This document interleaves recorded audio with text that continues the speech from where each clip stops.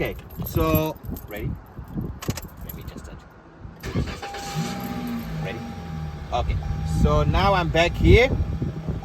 There's something I want to talk about, the infotainment here, that potential buyers want to buy this used. There's something you need to know for those.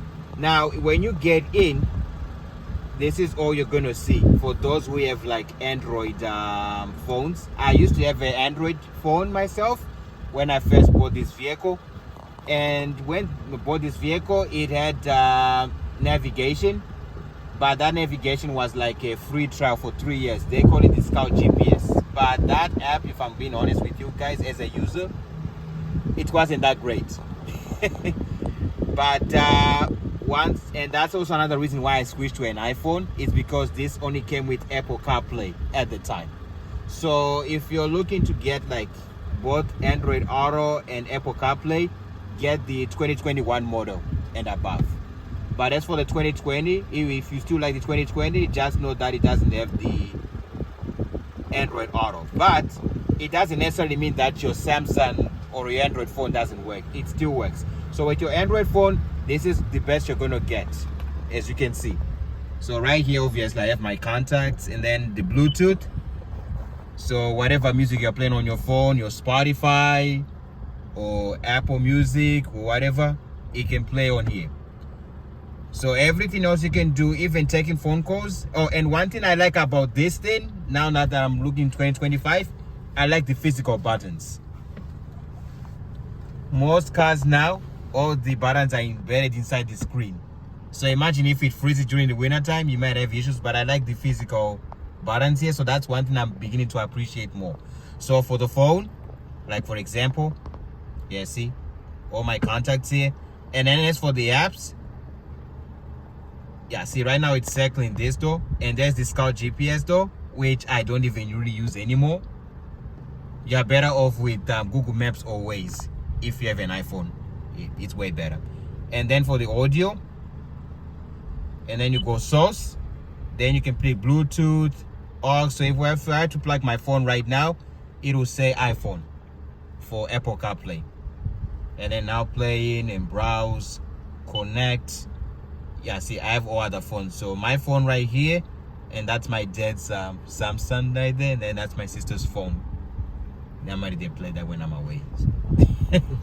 And then as for the menu, your audio, your phone, oh sorry, yeah, so your setup, so the clock, if you want to do like see the daylight saving and everything, all that is already on. Okay, and back to setup, and then Bluetooth, audio, phone, voice commands. But if I'm being honest, the only thing that I use, it's normally I go in here and then I go see all that information. So I don't really do a whole lot in here as an everyday user. Audio though, this is the button that I use the most. So if it's audio, I can go in there and then I can do some changes in there. And this is the tuning scroll. So if you're listening to the radio, you use this to tune to your different station. But you can also do it on your steering wheel, which I kind of find it's very handy. But my favorite buttons are the radar cruise control, which would do like the drive. When we do the drive, then I'll show you what it actually does. And then there's the volume knob, which I'm beginning to appreciate even more. Now we are in 2025. Most vehicles, they don't really come with the volume knob, which I think it's kind of sad. But yeah, other than that though,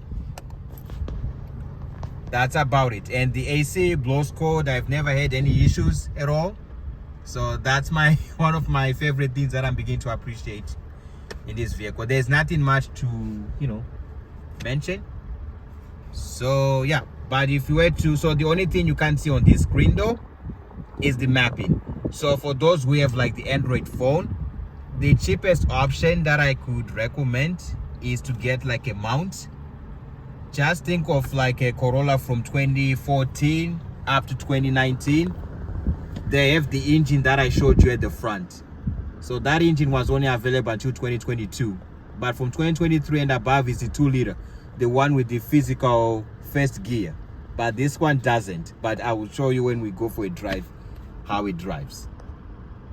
So now with the phone, like I said, with Samsung you can do everything, making calls, play Bluetooth. The only thing that you can see is the mapping. But with the Apple iPhones, if you plug your USB over here, then you'll be able to use your Google, Waze, and I find it's actually pretty useful. Maybe another time I'll just be playing around with it when I make a video on just that. But just so when you buy a 2020, if you have an iPhone, you're good to go. But if you have an Android, if you are like, you have to use your Google Maps, just put a mount or somewhere and then you'll be fine. And and also for the music quality, if you're in Apple CarPlay, the sound system is a little different from what I'm using right now. With the Bluetooth, I find it the speakers, they're kind of on the low side. So if you're someone who is a music geek, maybe you could upgrade the speakers if you have the funds for it. But me personally though, as a user, I'm okay with what I have because I'm always working. So but yeah, that's all I can pretty much say about the infotainment there. So I think we can end here and then we're gonna do another